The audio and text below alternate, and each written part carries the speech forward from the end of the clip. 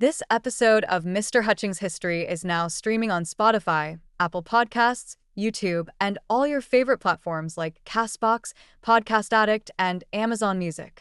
Tune in now. Welcome to Mr. Hutchings History, where the past comes alive. Let's dive into today's story. Hey everyone, and welcome back for another deep dive. We're tackling a listen request today, something shrouded in history and controversy. The internment of Japanese Americans during World War II. We'll be going through some original sources today, testimonies, arguments from both sides of a hypothetical congressional debate. Oh, okay. Really trying to unpack all the different factors that went into this policy. Wow. Especially considering that even with all the wartime fears, not a single Japanese American was ever proven guilty of espionage or sabotage. Yeah, that's a really striking fact that often gets overlooked. Yeah, it really is. And oftentimes I think the story starts with Pearl Harbor and just that palpable fear of a Japanese invasion on the West Coast. The nation is on edge. They're suddenly thrust into this global conflict. Right. Anxiety is high. And that's where figures like Lieutenant General John L. DeWitt come in. His reports, claiming over 115,000 Japanese Americans were living near sensitive military zones, really fanned the flames. He was particularly suspicious of Japanese organizations and the Kibei, American citizens of Japanese descent who had been educated in Japan. But here's the catch. J. Edgar Hoover and the FBI, they weren't finding the evidence to back up these sweeping claims. Yeah, exactly. Hoover actually directly argued against mass evacuation. Wow. Believing it was unnecessary and fueled by something other than pure national security concerns. So if not just security, what else was going on? Well, President Roosevelt was the one who signed Executive Order 9066, which basically authorized the internment. Right? That's a big deal. For those who might not know, the executive order comes straight from the president. It carries the force of law. You're hitting on a really critical point here. Yeah. This is FDR's third term, at time of immense pressure. Obviously, the war is raging. Of course. And historian Greg Robinson, he suggests that Roosevelt's decision wasn't just about military strategy. Personal prejudices might have played a role, too. Okay. There's even a quote from FDR where he refers to Japanese immigrants as an enemy race. Wow. So That's pretty blatant. yeah. So we've got a wartime president facing immense pressure, maybe harboring some biases, and he makes a decision that impacts thousands. Right. It makes you wonder, did political maneuvering trump deeper principles? It's a question worth pondering. Yeah. And while we're unpacking these motives, I think we have to address the elephant in the room, and that's racism. Right. This wasn't an isolated incident. Anti-Asian sentiment had been brewing in America for decades. Think back to the Chinese Exclusion Act of 1882, the Gentleman's Agreement of 1907. Right. Japanese Americans, even those born and raised in the U.S., they were often seen as outsiders, a threat to American identity. It's tragic how deeply this prejudice ran. California in particular had laws that prevented them from owning land, Right. essentially barring them from achieving the American dream. Yeah. And yet they thrived, especially in agriculture. They were responsible for something like 40% of California's produce. It almost feels like their success bred resentment rather than admiration. Yeah, you're touching on a really crucial point here. Their success, coupled with the existing prejudice, created this really volatile mix. Yeah. And this sentiment is perfectly encapsulated by General DeWitt's own words. A Jap's a Jap. Wow. It wasn't just about potential threats, it was deep-rooted racial bias. Right. And unfortunately, this bias kind of paved the way for another factor to come into play. Economic opportunism. So you're saying this prejudice created an opening for others to exploit the situation? Exactly. Think about all those successful Japanese American farmers and business owners. Their forced relocation presented this golden opportunity for white competitors.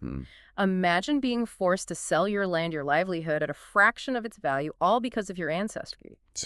It was a systematic dismantling of an entire community's economic foundation, and greed played its part. This is where it gets truly disturbing. We're talking about people losing everything, not because of any wrongdoing, but because of who they were. Absolutely. It adds a whole new layer of injustice to this dark chapter of history. It does, and it demonstrates how prejudice can be a tool not just for hate, but for economic exploitation. Yeah. It's a chilling reminder of how interconnected these forces can be. So we've got national security fears, a president under pressure, deep-seated racism, and economic opportunism all swirling together. Right. It's a complex web And we've only just begun to untangle it. Indeed. But to maybe get a better grasp of how these forces clashed, let's shift gears a little bit and imagine a hypothetical congressional debate from 1942, Okay. right, as Executive Order 9066 is being implemented. Right. On one side, you have those defending the order, claiming it's a necessary evil for national security. Oh, yeah. They'd point to the concentration of Japanese Americans near military zones, the fear of espionage, and the need for swift action during wartime. And on the other side, you have those who vehemently oppose the order, seeing it as a blatant attack on civil liberties, on American democracy itself. It's exact. I'm guessing they would highlight the lack of due process, the absence of actual evidence of espionage, and the undeniable racism fueling the whole thing. You're spot on. They might even bring up the story of a young man named Fred Korematsu who refused to comply with the internment order and ultimately challenged its constitutionality all the way to the Supreme Court. Wow, talk about a David and Goliath battle. Yeah. So we've got two sides, each drawing on deeply held American values, clashing over the fate of thousands. This debate really captures the tension and complexity of the moment. But before we dive into the legal battle and its aftermath, I think we need a moment to reflect on the human impact of all of this. Stay with us. Yeah. We'll be right back. Yeah, that hypothetical debate really highlights all those conflicting pressures and ideologies that were at play. Right. But it's crucial to remember, that behind all those political arguments were real people whose lives were being irrevocably changed. Exactly. It's easy to get lost in the big picture stuff, laws, executive orders, court cases. But we can't forget about the human cost. Over 120,000 individuals. Right. Many of them American citizens. Yes. Uprooted from their homes, their communities, their lives. And their experiences were far from uniform.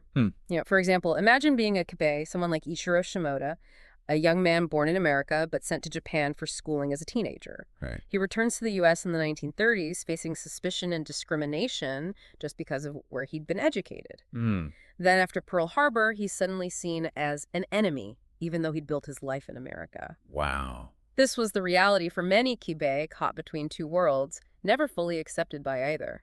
That's heartbreaking. Yeah. It really underscores the absurdity of judging individuals based on their ancestry or cultural ties. And the injustice didn't stop there. Right. Families were forced to sell their homes and businesses, often for a pittance. Yeah.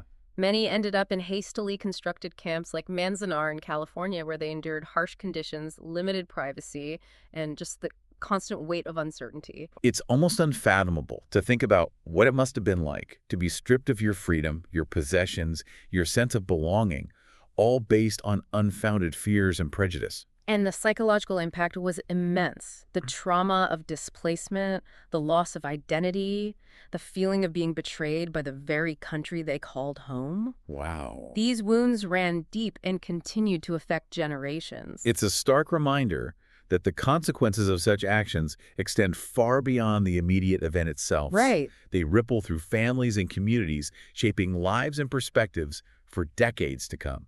Absolutely. And as we delve deeper into this period, I think it's vital to engage with those individual stories, those personal accounts that bring these historical events to life. For instance, George Tai, the actor who played Sulu on Star Trek. Right. He's spoken powerfully about his childhood experiences in internment camps. Yeah. His story and countless others like it serve as a testament to the resilience and strength of the human spirit in the face of adversity. Those firsthand accounts are so crucial. They personalize the history and help us understand the human toll of this policy. It's one thing to read about internment in a textbook. It's another to hear about it from someone who lived through it. Precisely. And it's through those stories that we can begin to grapple with the complex legacy of this decision and its implications for our present and future. So we've talked about the political and social forces behind the internment. Right. And we've glimpsed the devastating human impact. But what about the legal battle that unfolded? I mean, surely people didn't just accept this without a fight. You're right, they didn't. And this is where Fred Korematsu's story becomes even more significant. Okay. His refusal to comply with the internment order sparked a legal challenge that went all the way to the Supreme Court. Wow. His case, Korematsu v. United States, became a landmark case, though not for the reasons you might hope. Yeah, I remember reading about that the Supreme Court actually upheld the internment order, Right. citing wartime necessity. It's hard to believe that such a blatant violation of civil liberties could be justified in a court of law. It was a deeply flawed decision, one that has been widely criticized and condemned by legal scholars ever since. Yeah. However, even within the court, there were voices of dissent. Oh, right. Those powerful dissenting opinions from justices like Frank Murphy and Robert Jackson. Exactly. Justice Murphy, in his dissent, called the internment order the legalization of racism. And his words would later become instrumental in overturning Korematsu's conviction decades later. Wow. These dissents serve as a powerful reminder that even in times of crisis, it's crucial to stand up for what's right, to challenge injustice wherever we see it. It's a powerful reminder that the fight for justice is rarely straightforward or quick. Sometimes it takes decades for truth and accountability to prevail. Right. But before we dive into the long road towards redress and reconciliation, let's shift gears and delve deeper into those Supreme Court arguments. What exactly were the justifications used to both defend and condemn the internment order? What legal and moral principles were at stake? We'll unpack all of that right after a short break. Okay, so we're back and ready to dive headfirst into one of the most, contentious legal battles in American history.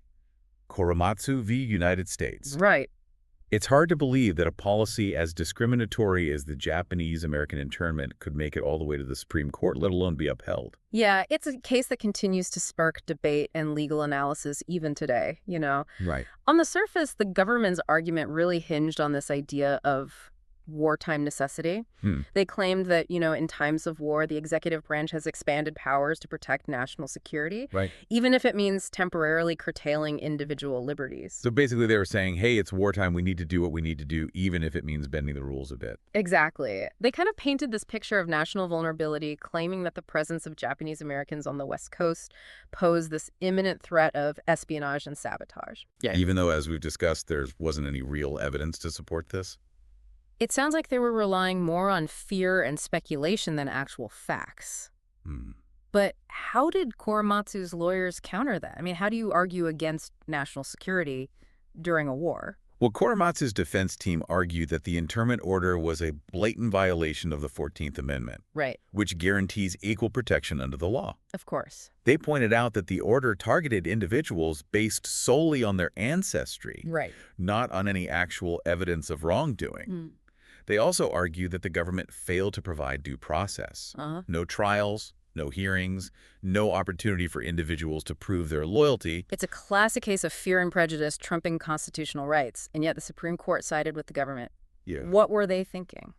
Well, it was a 6-3 decision, and it's widely considered one of the most shameful rulings in Supreme Court history. Yeah. The majority opinion basically accepted the government's claims of wartime necessity at face value. Prioritizing national security over individual rights. It's incredible how a decision like that could happen in a country that prides itself on democracy and individual liberty.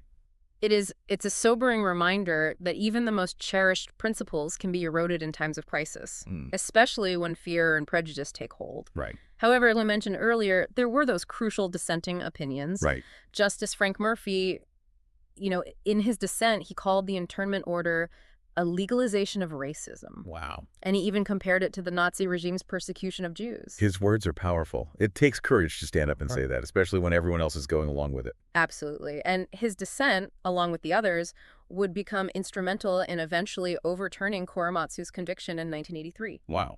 It took over 40 years. Right. But justice finally prevailed, at least on a legal level. So the war ends, the camps are closed, Korematsu's conviction is overturned. Does that mean everything goes back to normal for Japanese Americans? Unfortunately, no many returned home to find their homes and businesses gone, their communities shattered. Right. They faced lingering prejudice and discrimination, struggling to rebuild their lives and livelihoods. Okay. Imagine the emotional toll. Not only were they unjustly imprisoned, but they also had to start from scratch, often with little to no support. It's hard to fathom the level of resilience and determination it must have taken to overcome such obstacles. Yeah, and it wasn't until the 1980s that the U.S. government finally acknowledged the injustice of the internment and offered a formal apology and reparations to survivors. Yeah, the Civil Liberties Act of 1988 was a landmark achievement. It was. A long overdue step towards reconciliation. Yeah. It provided a formal apology from the government along with $20,000 in reparations to each surviving internee. Right. It's something, but it can never truly compensate for the pain and suffering they endured. No. What I find truly inspiring is that despite everything they went through, many Japanese Americans and their descendants have dedicated themselves to ensuring that this dark chapter in American history is never forgotten. Absolutely. They've worked tirelessly to educate others about the internment, to advocate for civil rights, and to promote understanding and tolerance. Right.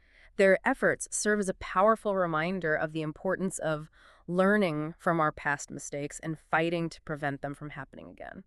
So as we wrap up this deep dive, I'm left with a mix of emotions, sadness for the injustice that occurred, anger at the prejudice and fear that fueled it, but also admiration for the courage and resilience of those who endured it. I share those sentiments. The Japanese-American internment is a stark warning about the fragility of freedom and the dangers of unchecked power. Right. It reminds us that vigilance is essential and that we must always be prepared to defend our rights and the rights of others, no matter the circumstances. It's a powerful lesson that we should all carry with us. Remember, history isn't just a collection of facts and dates. It's a guidepost for the present and the future. By learning from the past, by understanding the forces that led to such injustices, we can work towards a more just and equitable society for everyone. Thanks for joining us on this journey through a truly complex and challenging chapter in American history. Thanks for listening to Mr. Hutchings History. Keep exploring, and we'll see you next time.